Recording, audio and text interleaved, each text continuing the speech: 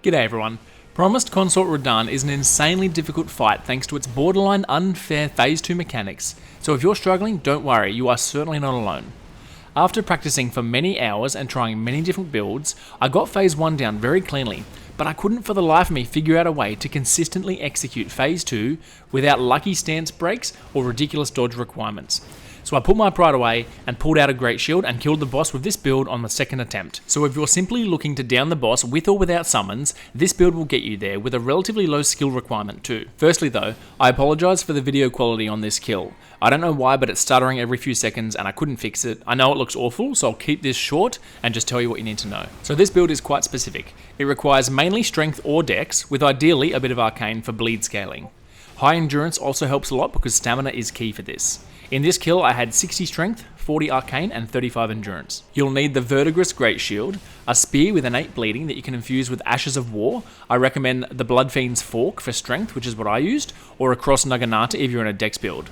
And then upgrade both the shield and the weapon to max. Infuse your weapon with the Blood affinity, so the bleeding scales with arcane, and apply the Bloodhound's Step Ash of War. My Bloodfiend's Fork had 120 bleed build up with 40 arcane. The shield level improves boost, so it is important to make sure you upgrade it. The Fingerprint Shield is also a perfectly suitable alternative. Put on some of your best heavy armor too. I used the full veteran set. Don't worry about heavy rolling, that is fine for our strategy. Now the strategy for the entire fight, both phases, is very simple. As you can see, hold up your shield and jab him with your spear. The only thing you need to worry about is your stamina. I was comfortably doing about 4 to 5 hits with my spear while blocking during his combo, and then I'd drop my shield briefly and recover stamina between combos. That's it. I was proccing bleed every probably 6 to 8 hits or so with this build. Now there are only 2 times when you don't want to block.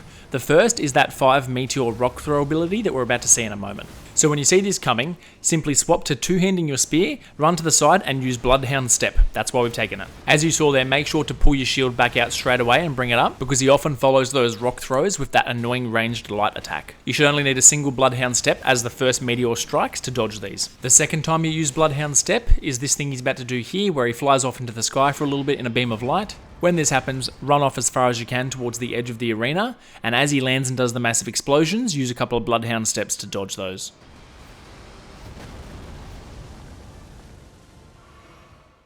In my first attempt with this build, I tried to block it as you see here in a moment, and he just 100 to 0s me, so I wouldn't recommend that.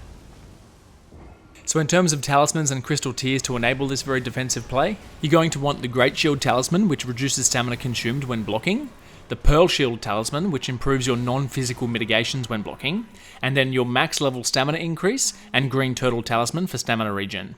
For crystal tears, take the max stamina and stamina regen again.